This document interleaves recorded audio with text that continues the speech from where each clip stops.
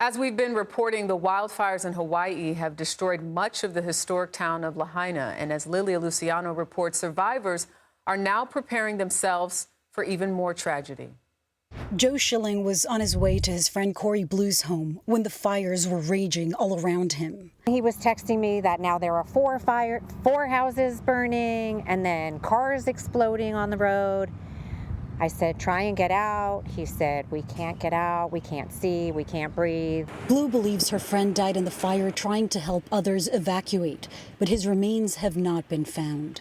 What can you tell us about Joe? He was known around Maui as Uncle Joe. His name tag at work said Uncle Joe on it. Family members from across the island and beyond have been giving DNA samples to authorities to identify the 106 remains found in the wreckage of Lahaina. The governor expects that number to rise. Only 2 people have been publicly identified. The families and friends of others assume their loved ones are among the dead.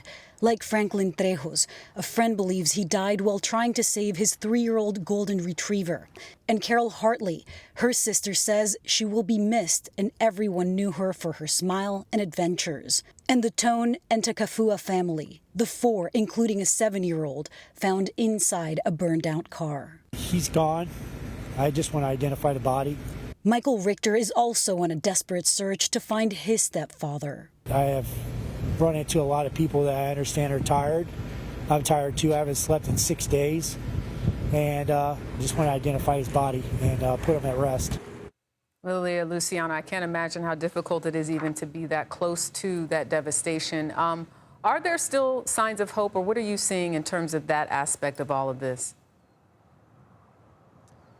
You know what, Jerika, it's been so long. It's been more than a week, but I did encounter one important sign of hope today. Today we spent some time with volunteers within a community in Lahaina, in the heart of Lahaina, and they were telling us that yesterday a 76-year-old grandmother just walked up to them. She had stayed in her house, she was safe, and they realized that her family didn't know she was safe. She had been having issues with her cell phone, so they were able to connect with her family in Oahu, give them the good news, and they're going to be all getting together at some point tomorrow. There's also so many issues with communications. Yeah. There's lack of signal. There's really disorder in many levels. I talked to somebody now who was telling me that the way that they have this list that you scan a QR code and on the list it can say found or not found yet, and his grandmother, who's unfortunately still missing and he fears for the worst, twice has shown up as found because anybody could change that spreadsheet.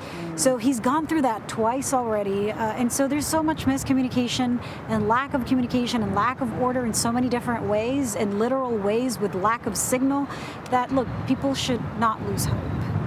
That's all they can hold on to at this point. Lilia Luciano, thank you.